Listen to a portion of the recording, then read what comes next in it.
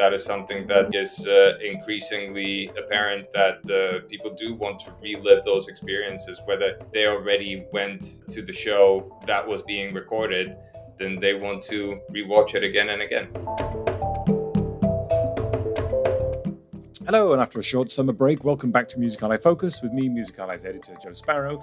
And in this episode, we welcome Jakub Krampl, founder and CEO of On Air, a music live streaming company, to talk about where live streaming is in 2024 and what artists, teams, and audiences really want from live streams and recordings of their favorite artists today. Now, cast your mind back to 2020 when public spaces were suddenly shut down and the world felt insular and closed overnight.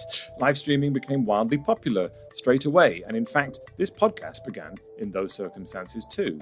Many apps and platforms appeared and disappeared to feed this need for watching live streams from the comfort of our homes.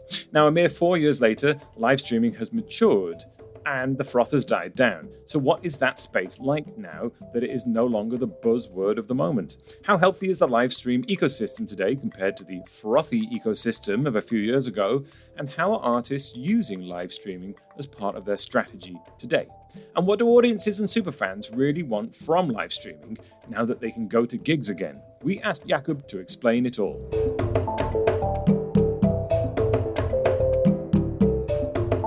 Okay, I'm very happy to welcome Jakub Krampl, founder and CEO of On Air, to the podcast. Hello, Jakub. How are you? Hi, I'm good. Thank you very much for having me. You're welcome. Good to see you. So we're going to talk about live streaming and where it's at right now and where it's going. But before we get into that, can you just give us some basics, who you are, what On Air is, and what you're doing? Absolutely. So I am the CEO and founder of On Air. And On Air is really a premium streaming service for onstage entertainment. So what does that mean? We provide an end-to-end service to produce, distribute, and monetize content. We started On Air in 2019, and really with the vision of building a destination for long-form onstage entertainment and helping rights holders monetize either existing underutilized catalog or new shows that are happening, and ultimately bringing the value to the fan and really them being able to access shows which they ultimately wouldn't be able to access for various reasons. And right from the beginning, we put an emphasis on really technical excellence in recording and delivery, focusing on really high quality in 4K UHD with Dolby Vision and Dolby Atmos, and delivering immersive experience either at home or on the go. As a company, we provide various services, so anything from production down to marketing, streaming, and ultimately monetization. So really, we are able to slot ourselves into various parts of the workflow of creating and streaming that content, but we really help guide all of the rights holders and artists throughout the journey, and helping them with best practices around the production, the marketing, and then streaming it on our service. So obviously you mentioned that you launched in 2019, very usefully just before the pandemic started. And then, that was a strange time, of course, because a lot of technologies suddenly got accelerated or pushed to the top. Live streaming was one of those things. It was a hot topic during lockdown for obvious reasons. It allowed things to happen, people to connect with events like that. I mean, I remember speaking to a lot of live streaming startups that either emerged at that time or were quickly set up in that time, and a lot came and went because that's the nature of the business. It's like you said, it's maturing now. It's moving from this frothy, buzzy thing that's happening in the moment to a sort of more solidified business model. So what's your view of the space right now? Live streaming is no longer a buzzword.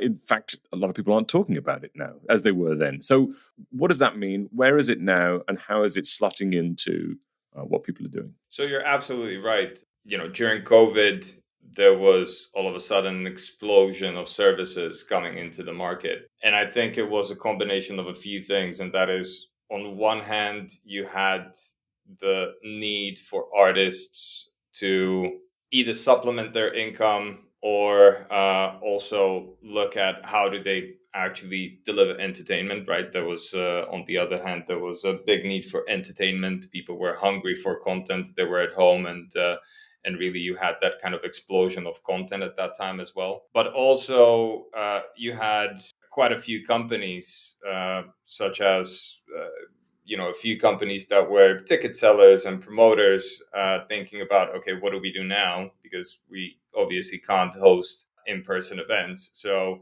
you had quite a few services popping out on the back of that. Other companies couldn't perform their ongoing business. And really, those solutions were kind of pasted together from third party solutions, and really not communicating with one another perfectly. And there wasn't much emphasis on user experience or anything like that. So, except for your major streaming companies, Apple, Netflix, Disney, and so on, those other services weren't as high quality as you would expect from a streaming service. And I think that was the ultimate downfall of those services. The fact that on one hand, maybe they had some content, on the other, users grew increasingly frustrated with how they were able to access that content. And really having a long-term vision around building a service is key to success in this particular case, and this is something that we've been building on since 2019, right? So it's, you really have to deliver the user experience of your Apple TV, of your Netflix and Disney and various other high quality streaming services, together with the specific content that people are looking for. Now, then you also had the situation of artists creating content in certain ways. So on one hand, you would have a self-service platforms where artists would create content by themselves and upload it right away, and then you would have high quality productions as well. So you really, it was a situation where a lot of people were performing by themselves, and understanding that kind of technology, creating really high quality content, specifically when you're looking at sort of cinematic grade with 4K, Dolby Vision, Dolby Atmos, and that kind of stuff. It's really important to understand that technology and really have professionals on your side creating that content. So we've moved from an experimental phase where people were trying lots of various things and really maturing into a business that is focused on creating very high quality content with the right user experience on the platform side, so that people can come to the content, they can enjoy it right away without the hassle of you know jumping through hoops on getting a specific link at a specific time, then coming to it not working, and so on. Really, it's about turning on the TV and enjoying the content. So what kind of artists are using it then? Your particular platform. This is obviously like a high production value experience, and you are involved all the way through that chain to the very end. So it's about high production value. It's about delivering this glossy product to the fans. So what kind of artists and fan bases is it aimed at, really, and are using it? So I guess it's quite a mix. I mean, all of the conversations that we are having, whether it's directly with major label artists or independent artists, it goes really across genres. So we have done anything from classical music all the way to rock and pop. So it really, I don't really think that there is a specific type of artist that this works better for. It's really a service offering that goes across all sort of genres. So it's really about creating content for them that can be used for either marketing purposes or really engaging with a specific fan base of people who are not able to attend their concerts and who are not able to come to their shows, or ultimately people who want to actually enjoy their shows over and over again. So that is something that I think is increasingly apparent, that people do want to relive those experiences, whether they already went to the show that was being recorded, then they want to rewatch it again and again. So, how are artists and fans using live streaming? You mentioned there that it's like they want to see their favorite artist. Maybe they went to the show, they want to see it again. They couldn't attend the show. The original idea, or the big sort of opportunity, it seemed, was, well, it would allow artists to perform to groups of fans on other continents, and they maybe, classically, the comments below videos say, come to South America, come to Brazil. They can't afford to go there at the moment, so they can live stream specifically to people there or something. Or people who are just unable to attend key shows, or as you said, want to watch them again. How is that actually panning out? What are, on the artist side, how are they fitting it into their portfolio of live performance and marketing and connectivity with fans? So I guess there are a few ways, and we've experienced quite a few use cases specifically for that content. So on one hand, you can look at what happens in the moment. So let's say you have an album release, and we had a couple of shows that were supporting an album release. So it would be a situation where an artist releases an album, and they are also on a tour supporting the release, and they would then play it for the first time. So people would tune in and get that firsthand experience of that album release show. We've been involved in a few album releases like that, and basically it went hand in hand with the album release itself, and really that show was supporting the marketing activity around the release itself. Now, because we see this content as having a longer term value, this is ultimately why we are also filming it in such high quality. And I've actually spoken to one major label executive recently, and we agreed on one thing, and that is that also on the live stream side, or the stream side, on the content side, you have to work it as a record. So it really goes into a marketing situation where you can use and reuse that content over and over. So some of our content, specifically, let's say, like a one song from the whole concert lives on YouTube, for example. We've been in situations where artists have taken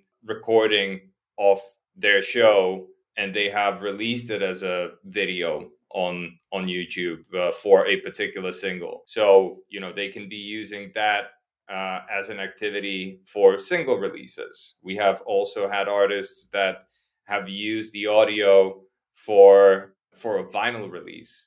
So there are ways to engage with the existing fan base over and over, and that lifetime of that content doesn't have to be just in the moment. It really is about longer term marketing activity.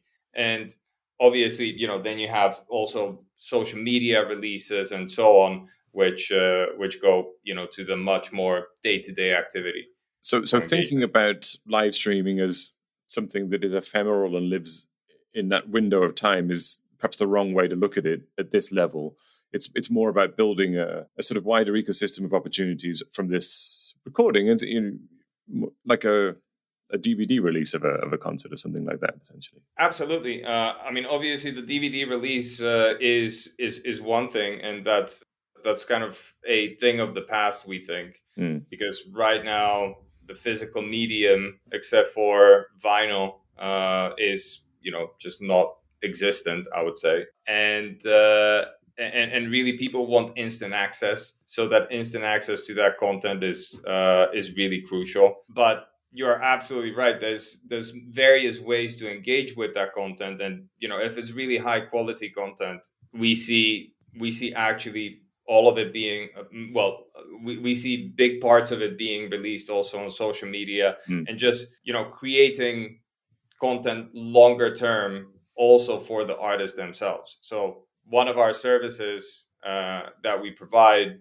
and our marketing team is responsible for creating assets from the particular show. So that is various cut downs, various shots from the show, various bits and pieces, shorts and reels, and all the things that artists do actually have to use themselves as well for marketing. Yeah. And I think it gives them quite a deep well of content that they can be possibly releasing out into the market to engage with a particular piece of music, to engage with their fan base, and really give them these little bits and pieces. So in terms of the fan base, then, what are their real needs? Like, why are they interacting with these live streams, whether they're live streams or they're live recordings? Why are they interacting with it? Is it because, I mean, there's lots of different reasons that I mentioned. They can't attend the show, they live in a different place. But as you've done this now for a few years, what are the sort of main reasons that people engage with live streaming? What do they want from it? I think it's just plain and simple, and they just want to enjoy it over and over again. One thing that a few people were skeptical about going into, specifically having the content available for a longer period of time, is, are people going to care? Are people going to engage afterwards? And we just see people repeatedly coming to the same content over and over again, which is very interesting. And it just gives you that kind of information that I don't think artists had before, is how often do they engage with the audiovisual content like this. So they're watching the same show over and over, the same people Absolutely. watching it over and over again. Yeah, Absolutely. right.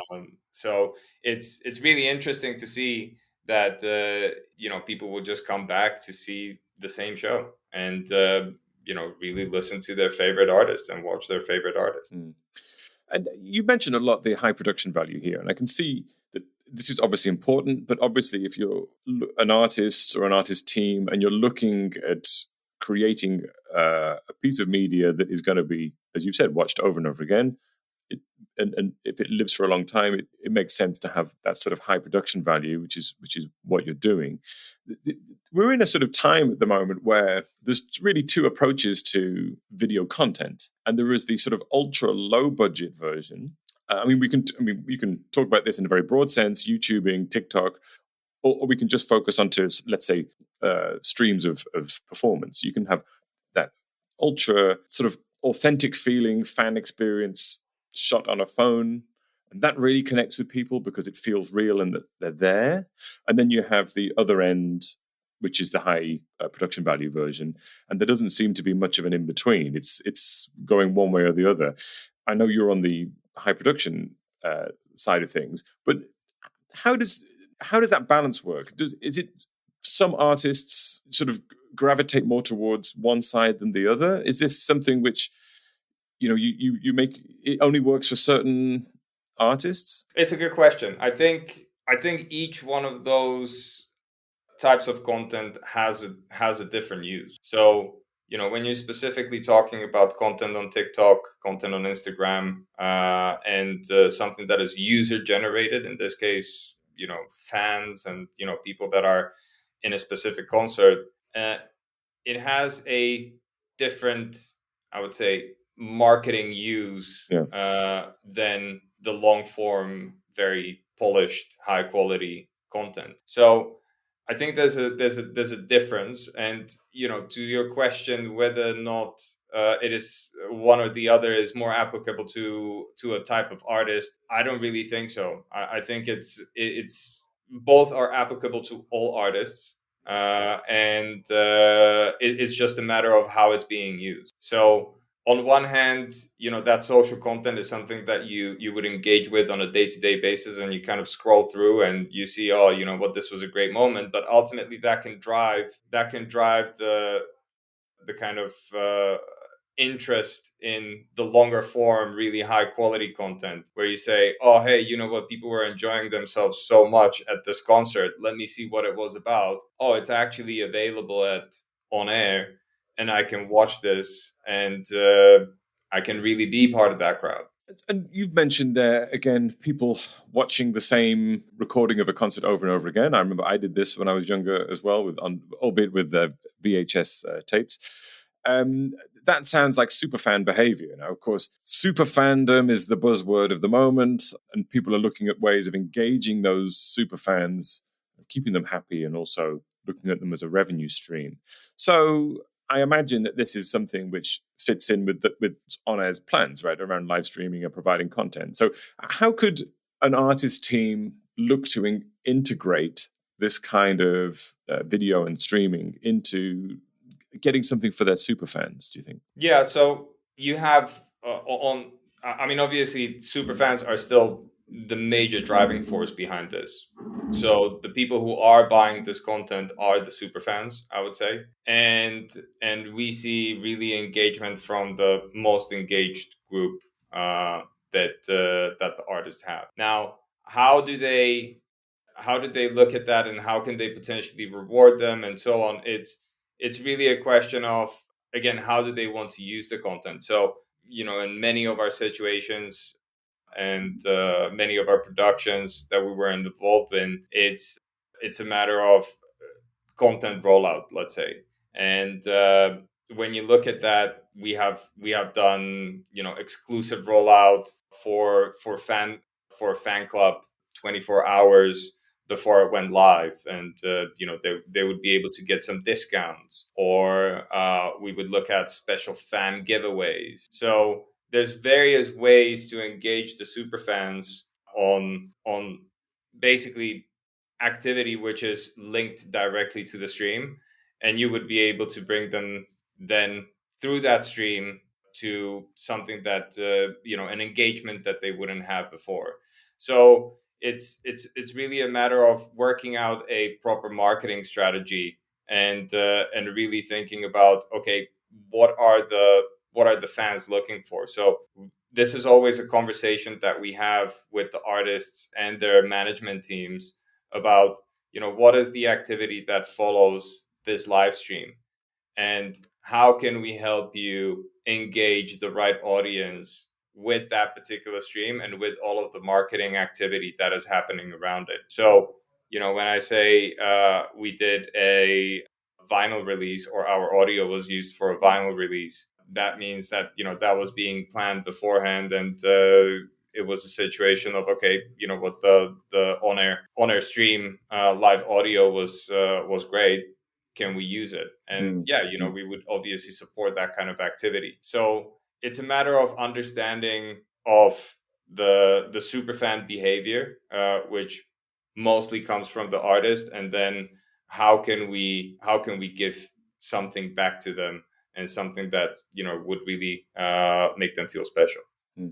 And so then looking ahead, it feels like live streaming as a overall concept has sort of emerged through this buzzy, frothy phase of, and it's settled down now, and it's an option to supply all those elements you just mentioned. So as you look ahead in the next sort of 5 years or so, what do you see for it as an industry, and how embedded is this going to be in artist strategy going forward, do you think? I mean, we see an increasing demand for our services. So I think increasingly artists think about, how do we create more with the current activity. So it doesn't, physically change much when it comes to, let's say, the touring plans, release plans, or anything like that. So we would come in, we would record, we would walk out, and we create everything for them. Meaning, it's an end-to-end service. They would really have to engage only with one party, and we create all of the content for them, and we work with them directly. So I think from that perspective, it's a interesting solution where it's a matter of engaging one party, and they would be able to create that kind of activity. And like I said, we see increasing demand for these kind of services, whether it's on the recording side and the production side, but also on the distribution and delivery. So we've had situations where we were not involved in production, and we were just distributing content that they have already produced on their side. So it's people are thinking about it in creative ways, and really thinking about when is the right time to release, and when is the right time to provide that kind of content. And I think, and at least from the amount of activity that we see, there's more and more artists that are thinking about this and are really working it into their plans. And it's not only on the artist side, but it's also on the label side. So labels are also increasingly looking at how can they support um, release activity and ongoing artist activity with this kind of content. All right. I will put some links to, on I believe, the podcast and some examples of the stuff that you have been producing, and people can have a look for themselves. And yeah, interesting to see where how integrated this becomes, particularly as platforms start hosting videos in different ways and it becomes more integrated. One final question then. We've talked a lot about delivery of music. Let's talk about music itself.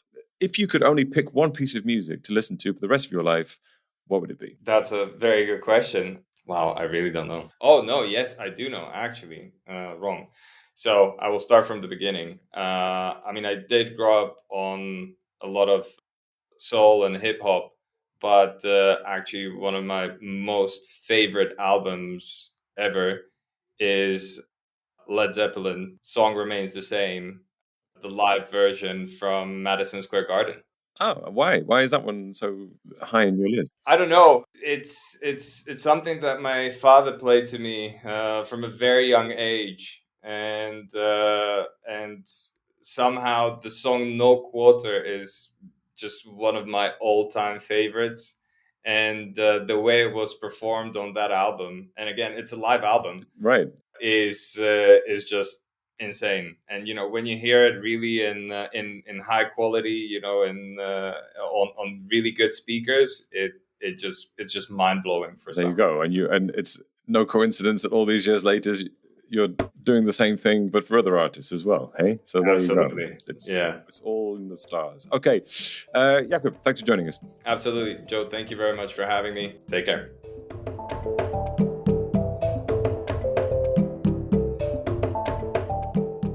Right, that's it. Big thank you again to Jakub for joining us.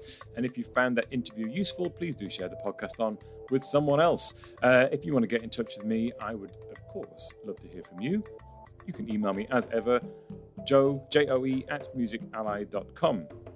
If you'd like to stay in touch in a different way, we have a free weekly email called The Knowledge, which, as the name implies, rounds up bits and pieces of the best analysis, news, marketing insight, and skills from across Music Ally's broad range of services. So sign up and impress your boss. Links to everything, including Jakub's music choices and on air, are in the description, as always. Right, that's it. Thank you for joining us. I've been Joe Sparrow. You have been you. And until next time, farewell.